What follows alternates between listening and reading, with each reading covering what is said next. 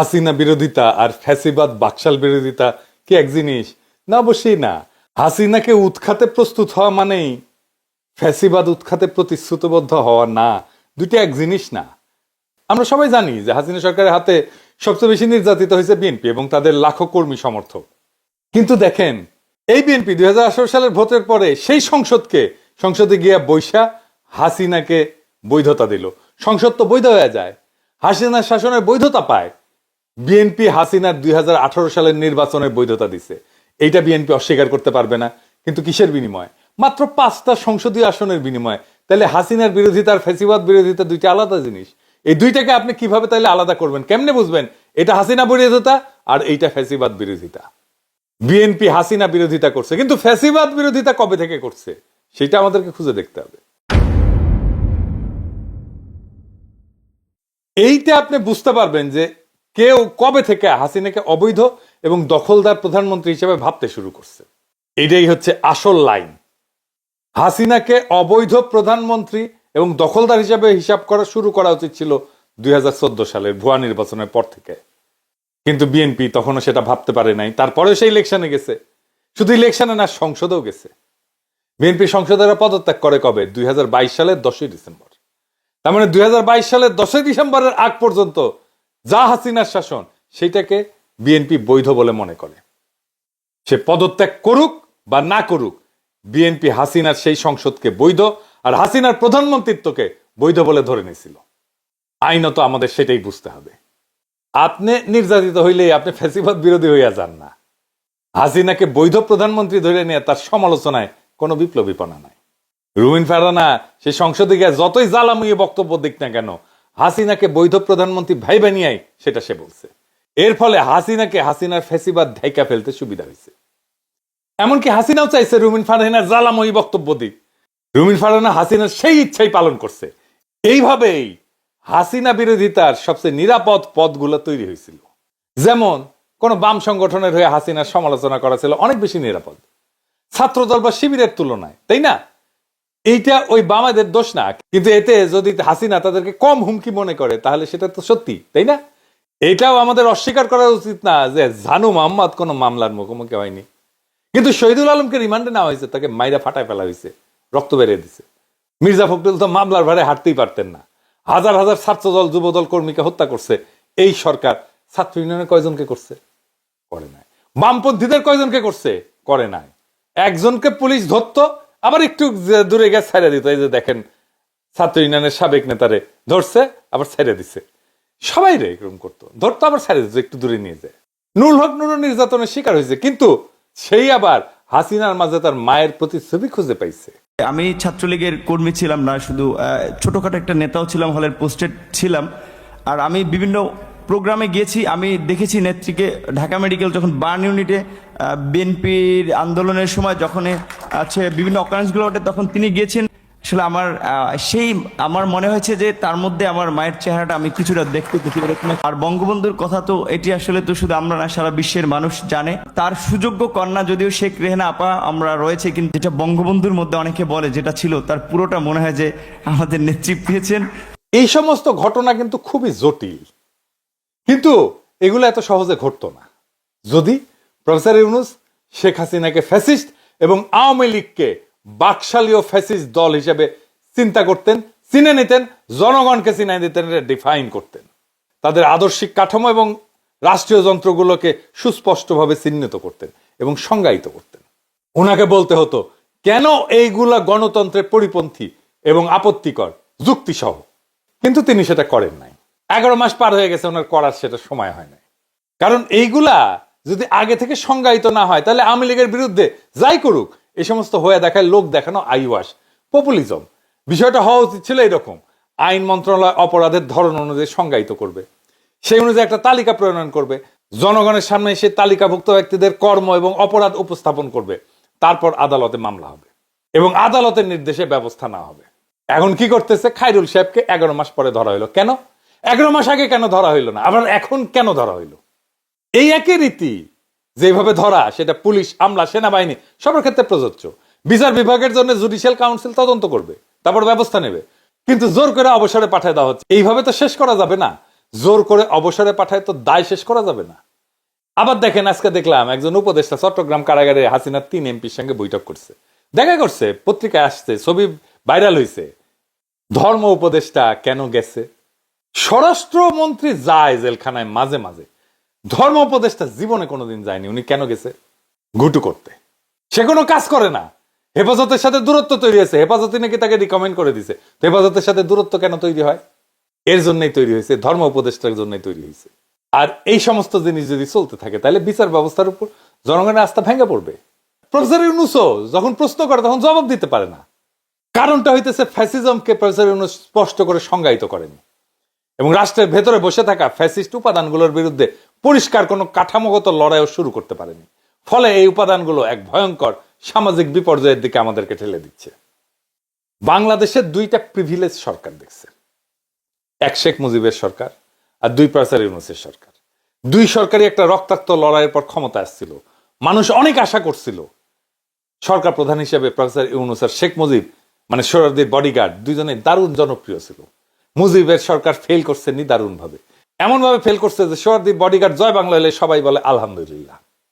ঠিক এই পথে হাঁটতেছে প্রফেসর ইউনূসের সরকার, ক্রমাগত জনপ্রিয়তা হারাইতেছে। দেখেন, উনারা তো 12 ভাতারির মতো ঠাপ খায়, ওয়াকারের ঠাপ খায়, বিএনপির ঠাপ খায়, আওয়ামী লীগের ঠাপ খায়, ইন্ডিয়ার ঠাপ খায়, 2 দিন পর পর গদি নড়ে যায়। কেউ তো সাপোর্ট করে না, সবাই বিরক্ত। আমরা কয়েকজন খায় না খায় সাপোর্ট করে গেছি, সরকার যেন ভালো চলে, নানা পরামর্শ দিছি, কোনো পরামর্শ শুনে নাই। 2-1টা হয়তো শুনছে, কালে ভদ্রে বালিতে পেশাব করে দেখছেন, কোনো চিহ্ন থাকে না। কলে প্রফেসর সরকারকেও তাই কোন পরামর্শ দিলে শুনে না, বালিতে পেশাবের মতো, কোনো চিহ্ন থাকে না। এই যে মাইলস্টোনের ঘটনায় আমি তো ইউজুয়ালি উপদেষ্টাদের ফোন করি না, ওই দিন দুর্ঘটনার সাথে সাথে আপনার ভাইয়ের ফোন দিয়েছি, বলছি পরীক্ষা স্থগিত করে দেন। তখন বাংলাদেশের টাইম বেলা 3টা হবে, উনি বললেন দেখতেছি। আমি কল্পনাও করি নাই এই সিদ্ধান্ত উনি নিতে পারবেন না। পরে জানলাম শিক্ষা সচিব এই পরীক্ষা স্থগিত করতে রাজি হন নাই। তাইলে আবরার ভাই কেন শিক্ষা উপদেষ্টা থাকবেন? শিক্ষা সচিবকে উপদেষ্টা বানিয়ে দিলেই হয়, সেই যখন সব ডিসিশন নেয়। আমি আবরার ভাইয়ের ফোন করার পরে কি ঘটছে আমি পরিষ্কার দেখতে পাইতেছি। আবরার ভাই শিক্ষা সচিবকে ডাকছে, ফোনের পরে জিজ্ঞেস করছে, আচ্ছা বলেন তো এই পরীক্ষা স্থগিত করে দেওয়া উচিত না? সিদ্দিক জুবায়ের, ও তো আমলা, ওই সবার থেকে বেশি বুঝে, সে বলছে জি স্যার আমরা তো করতেই পারি, কিন্তু এই অ্যাক্সিডেন্ট তো ঢাকার একটা সেন্টারে, সারা দেশে সবাই তো প্রিপারেশন নিয়ে ফেলছে, বন্ধ করলে ঝুলে যাবে সব প্রিপারেশন। শিক্ষকদেরও একটা প্রিপারেশন থাকে। দেখেন অনেকে দেখেন পরীক্ষার পরে ছুটি কাটাইতে যাবে, টিকিট ফিকিট কাটে ফেলছে, এত বেড়াছাড়া হয়ে যাবে তো সব পরে ইয়ে নিতে গেলে। তার সে পরীক্ষা নিয়ে নি স্যার, এই যে মাইলস্টোনের জন্য আমরা পরে একটা আলাদা নিয়ে নিব নি পরীক্ষা, জিজ্ঞেস করেন আপনার ভাইকে এটাই বলেছিল কিনা সিদ্দিক জুবায়ের।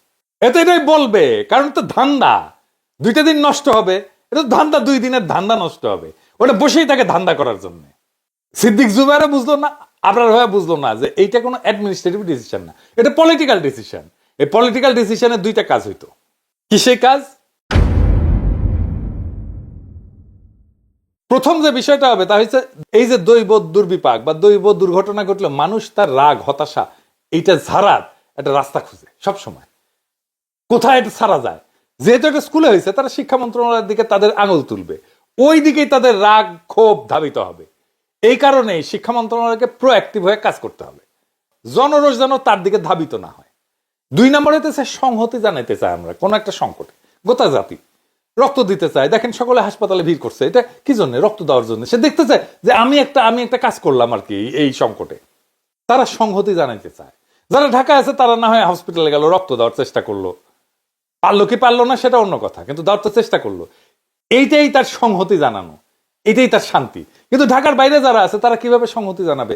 আহত নিহতদের ব্যাপারে একটাই উপায় আছে, পরীক্ষা বন্ধ করলাম, আমরা তাদের কথা চিন্তা করলাম, শোক করলাম। এইটা তো একটা পলিটিক্যাল ডিসিশন ছিল, কিন্তু সিদ্দিক জুবায়ের এই পলিটিক্যাল ডিসিশনের রাস্তাটাকে বন্ধ করে দিল। বাংলাদেশে আমলাদেরকে হাসিনা এটাই বানাইছে, তারা নিজেদেরকে সর্বা মনে করে, নিজেরাও পলিটিক্যাল ডিসিশন নিতে চায়। পুলিশ যেমন মনে করতো যে হাসিনা সরকারকে তারাই ক্ষমতায় রাখছে, তারাই রাজনৈতিক দল হয়ে গেছিল, সে নিজে জয় বাংলা স্লোগান দেয়, দেখেছেন না? এই জিনিস হয়েছে। এই আমলারা মনে করে তারাই রাষ্ট্রের মালিক, ডিসিশন সব তারাই নিতে পারে, তারা সবার থেকে বেশি বুঝে। আবার দেখেন ইন্ডিয়া থেকে ডাক্তার আসবে কেন? পোড়া রোগীদের চিকিৎসার জন্য আমাদের সাফিসিয়েন্ট স্কিল ডাক্তার নাই। তারপরে ইন্ডিয়া থেকে ডাক্তার আনতে হবে, যখন গত বছর জুলাই আগস্টে বিপ্লবে হাজার হাজার ছেলে পঙ্গু হইল, গুলি খেয়ে চোখ হারালো, কারোর জন্য ভারত কি ডাক্তার পাঠাইল? এত লোক যে পঙ্গু হলো, এত বাচ্চা যে পঙ্গু হইলো, ভারত কি ডাক্তার পাঠিয়েছিল? এখন কেন তাদের পেট পুরায়?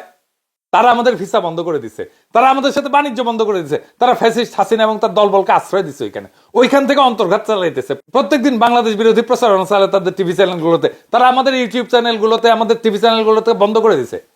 ভারতে দেখতে দেয় না। এমনকি ভারতে আমাদের দূতাবাসের উপরে আক্রমণ হয়েছে, তারপরেও ভারতের ডাক্তারকে আনতেই হবে। গাজা উপত্যকায় কি ইসরায়েলের ডাক্তার আনতে হয়? এটা তো তাই হইল, যে গাজা বানাইছে তাকেই আমি ডেকে আনলাম। এটা কার উদ্যোগে হয়েছে? তৌহিদ সাহেব, পররাষ্ট্র উপদেষ্টা। ও কি স্বাস্থ্য মন্ত্রণালয় চালায়? সে বলছে এটা আমাদের করতে হবে, এটা আন্তর্জাতিক সম্পর্ক কূটনীতির জন্য এটা গুরুত্বপূর্ণ। ওরে কে রিকমেন্ড করছে জানেন? বিএনপি। বিএনপির কোথায় উপদেষ্টা? এই তৌহিদ সাহেব শফিউর রহমানের মতো একজন দক্ষ কূটনীতিবিদকে প্রধান উপদেষ্টা বিশেষ সহকারী করতে দেয় না। করা হয়েছিল, তাকে কাজ করতে দেয় না, অফিস করতে দেয় না। কেন দেয় না তারে জিজ্ঞেস করেন। কচু খেতি তার বিরুদ্ধে ক্যাম্পেন চালাইলো না। কচু খেতি ক্যাম্পেন চালাইছে বিএনপি রিকমেন্ডেড তৌহিদ সাহেব, এবং এই তৌহিদ সাহেব ভারতের ডাক্তার আনার জন্য উতলা। এবার এই ডটগুলা মিলাইতে পারেন, ওয়াকার, কচু খেতি, বিএনপি রিকমেন্ডেড উপদেষ্টা, এই ডটগুলা মিলাইতে পারেন, তাহলে বুঝতে পারবেন যে কোথায় কোথায় কিভাবে কেন কচু খেতি শফিউর রহমানের বিরুদ্ধে লাগে। কোনো ব্যাখ্যা পেয়েছেন? প্রধান উপদেষ্টা বিশেষ সহকারী করা হইলো, তাকে কেন অফিস করতে দেওয়া হইলো না? কোনো ব্যাখ্যা নাই। তৌহিদ সাহেব কেন ইন্ডিয়ান ডাক্তার আনতে চাচ্ছে? কারণ তৌহিদ সাহেব ইন্ডিয়াকে ঢোকার রাস্তা করে দিয়ে যাবে। তৌহিদ সাহেবের সাথে ডিপ স্টেটের এটাই আন্ডারস্ট্যান্ডিং। এর ভিত্তিতেই তৌহিদ সাহেব পররাষ্ট্র উপদেষ্টা হয়ে বসেছে এবং তাকে রিকমেন্ড করছে বিএনপি। ফয়সাল ইউনূসের সরকারকে বলে দিতে চাই, ইন্ডিয়ার ডাক্তার যদি আসে না, কোনো উপদেষ্টার চামড়া থাকবে না। কিন্তু সকাল সন্ধ্যা ফ্রি ফ্রি সাপোর্ট দিয়ে গেছি, এমনি এমনি না। ইন্ডিয়ার কাছে নত জানু হইলে মাপ নাই। দেখবো আপনারা কিভাবে সরকার চালান। দিনের পর দিন সাপোর্ট দিয়ে গেছি, বয়ান তৈরি করে দিয়েছি, ন্যারেটিভ তৈরি করছি, কোনো হিসাব নাই। ইন্ডিয়ার কাছে নত জানু হন। ইন্ডিয়ার কাছে যদি নত জানু হন, তাহলে আপনাদেরকে পিছের বালের সাপোর্ট, কোনো সাপোর্ট নাই। ফয়সাল ইউনূসের বিরুদ্ধে হেফাজত খেপছে। আমি কয়বার বলছি হেফাজতের আলেমদের সাথে বসেন, সমস্যাগুলো শোনেন। আমাকে বলা হয় যে অগাস্টের 5 তারিখের আগে উনি ব্যস্ত, উনি সময় দিতে পারবেন না, খুবই ব্যস্ত। উনি এতই ব্যস্ত যে উনি ক্ষমতায় আসার পরে পরপর 2 বার ডেকে নিয়ে সোহেল তাজকে গল্প করে। এই সময় ওনার হয়, হেফাজতের সাথে বসার ওনার সময় হয় না। সোহেল তাজকে ডেকে নিয়ে কি গল্প করে জানেন? সোহেল তাজ বলতেছে আপনার পায়ের এক্সারসাইজ করতে হবে, এটা করলে আপনার ব্রেন ঠিক থাকবে। শুনেন, বেনে বেনে করছি না, শুনেন। And your cells are not functioning, so your neurons are being switched off. Because your brain is a very expensive tissue, right? So আমরা চাচ্ছি efficiency, কম খরচে বেঁচে থাকা. So the neurons are slowly being shut down, and when it reaches degenerative state, it's called dementia and Alzheimer's. So the best way to protect yourself, the biggest muscle is your leg muscle. Just use it, and your brain will be absolutely sharp, and you will be healthy. Okay? ধর্মমন্ত্রী এই নাকভির সাথে দেখা করে। ধর্মমন্ত্রী জেলখানে যাইতে হবে কেন? বিচারাধীন আসামির সাথে দেখা করতে হবে কেন? ওই সিস্টেম করিচ্ছে। হেফাজত সরকারের সাথে কথা বলতে পারে না, সেইখানে ধর্মমন্ত্রী কোনো লোল নাই, কিন্তু নাকভির সাথে দেখা করতে সে ঠিকই যায়, ঘুটু করতে যায়। নাকভির সাথে সৌদি আরবের নাকি একটা কানেকশন আছে, ওই কানেকশন দিয়ে কাজ করতে গেছে। দেখেন, আবার দেখেন, সমাজ কল্যাণ মন্ত্রণালয় থেকে যৌনকর্মীদের জন্য 2 কোটি টাকা বরাদ্দ দেওয়া হইলো। কারণটা কি? কারণটা আর কিছু না, টাকা দিতে হবে। রাষ্ট্রের হাতে টাকা আছে, তাই দিব। আমার ইচ্ছা মাই খুশ, আমি দিব, কে ঠেকাবে? মানে বিষয়টা যদি এরকম হইতো যে একটা ঘৃণিত পেশা থেকে তাদেরকে বের করে আনার জন্য, পুনর্বাসন করার জন্য আমরা এই টাকাটা খরচা করতেছি, তাহলে সবাই মেনে নিত। যদি এরকম হইতো যে পরিশ্রমী নারীদের জন্য আমি অনুদান দিচ্ছি, তাহলে ইটা ভাঙে যারা, কাজের বুয়ার কাজ করে যারা, গার্মেন্টস শ্রমিক যারা, তাদেরকে দিতেন। এর মধ্যে যারা অসুস্থ তাদেরকে বেছে বেছে দিতাম, যারা বয়স্ক তাদেরকে বেছে বেছে দিতাম। যৌনকর্মীদেরকে কেন দিতে হবে? এটা কি জন্যে? যে কেউ ফ্রি মাগনা মজা করে গেছে, সে টাকাটা পূরণ করে দিলাম এখন সরকারের ফান্ড থেকে। কোনো যুক্তি নাই। এ প্রসঙ্গে একটা 18+ জোকস বলি, কিছু মনে করেন না। আমার পেজে লন্ডনের বিএনপির নেতা মালিক সাহেবের ভ্যাগিনা একটা কমেন্ট করেছে, আমাকে নাকি উনি জবাই করা হবে। জব করবি, জব। ভ্যাগিনা সত্যিকারের ভ্যাগনা কিনা জানি না, কিন্তু ও দাবি করেছে যে মালিক সাহেব তার মামা। এই ভ্যাগনার একটা গল্প আছে জানেন তো? আমি একটা কমেন্টে রিপ্লাই লিখেছিলাম, সেটা হইতেছে ওই মালিক সাহেবের ভ্যাগনায় 40 টাকা এক মায়ারে ফিট করেছে। তো তারপরে কাজ শুরু করেছে আর কি। কাজ করতে করতে ছাদের ফুটে দিয়ে চাঁদের আলো পড়িচ্ছে। তুই কইলেও যে 7 ফুটে চাঁদের আলো, 10 টাকা বাদ গেল, ঝুলো কেন 10 টাকা বাদ তাই। এরপরে ওই করতে করতে আর কি মায়া দিছে পাদ। তো বলতেছে যে দিলে পাত 10 টাকা তাই ভাত। পরে কাজটা শেষ করে প্যান্ট পরিচ্ছে, প্যান্ট পরে বাইরে যাচ্ছে, তখন বলতেছে যে ভাই 10 টাকা দেন, তো বলতেছে যে মালিক সাহেবের ভাগনা 10 টাকা মাগনা। তো এইরকম কি মাগনা যারা তাদেরটা পূরণ করে দিল সমাজ কল্যাণ মন্ত্রণালয়, এটা জবাব কি? কোনো জবাব নেই। এই সরকার গঠনের পর কলকাতায় ইলিশ মাছ পাঠিল।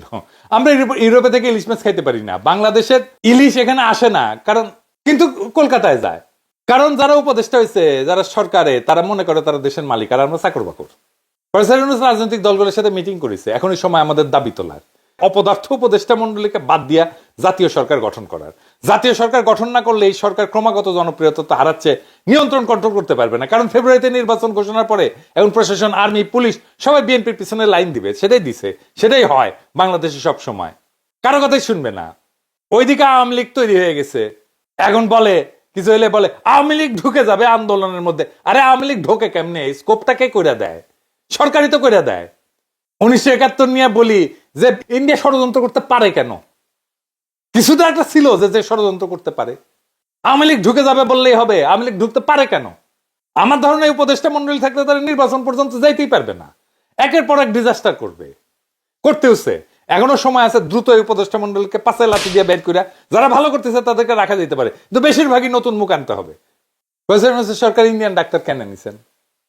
মানে ইন্ডিয়ান ডাক্তারদের পছন্দ তো হবেই। ইন্ডিয়া 1000 বার মারলেও তবু আমি তোমায় দূর হতে ভালোবেসে যাবো, হয়তো কিছুই নাহি পাবো, এটা বলবে। সরকারের রন্ধে রন্ধে ইন্ডিয়ান ডলার বসে আছে, এদের কাজে হইতেছে এমন কিছু ক্রমাগত করতে থাকা, যেন প্রফেসর ইউনূসের সরকার একটু একটু করে জনপ্রিয়তা হারাইতে থাকে। আর প্রফেসর ইউনূস এটা বাধা দেয় না, উনি কোনো কিছুই বাধা দেন না।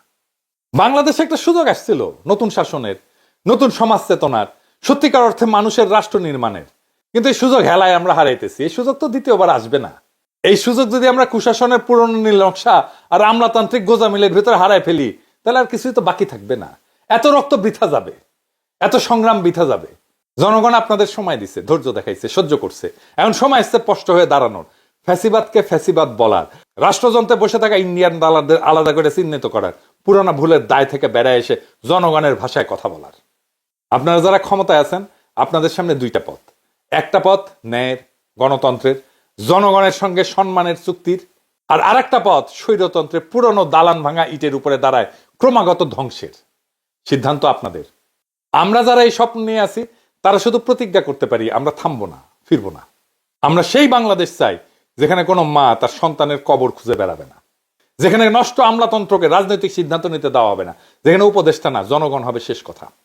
বাংলাদেশের রাস্তায় যদি আবার আলো জ্বলে, তার আগুন আসবে আমাদের চোখ থেকে। আমরা দেখাবো ফ্যাসিবাদ কিভাবে পরাজিত হয়, কিভাবে একটা জাতি তার শিকল ভাঙে, আর সময় দেওয়া হবে না কিন্তু আপনাদের। এবার আমরা হিসাব চাইবো। ক্ষমতা উপভোগ করা চলবে না, বসছেন ক্ষমতা উপভোগ করতেছেন। এই সমস্ত অপদার্থ উপদেষ্টাদের তুলে ফেলতে হবে শিকড় গজায় ওঠার আগে। এই দেশ জনগণের, ক্ষমতায় চেপে বসা প্রভুদের না। যেই ক্ষমতায় যায় সেই প্রভু হয়ে যায়। তারা নিজেদের দেশের মালিক বলে মনে করে। 2024-এর বর্ষা বিপ্লবের পরে বাংলাদেশ জাগছে, বাংলাদেশকে আর কেউ থামাইতে পারবে না। জয় হোক জনগণের, জয় হোক ফ্যাসিবাদ মুক্ত নতুন বাংলাদেশের। ইনকিলাব জিন্দাবাদ।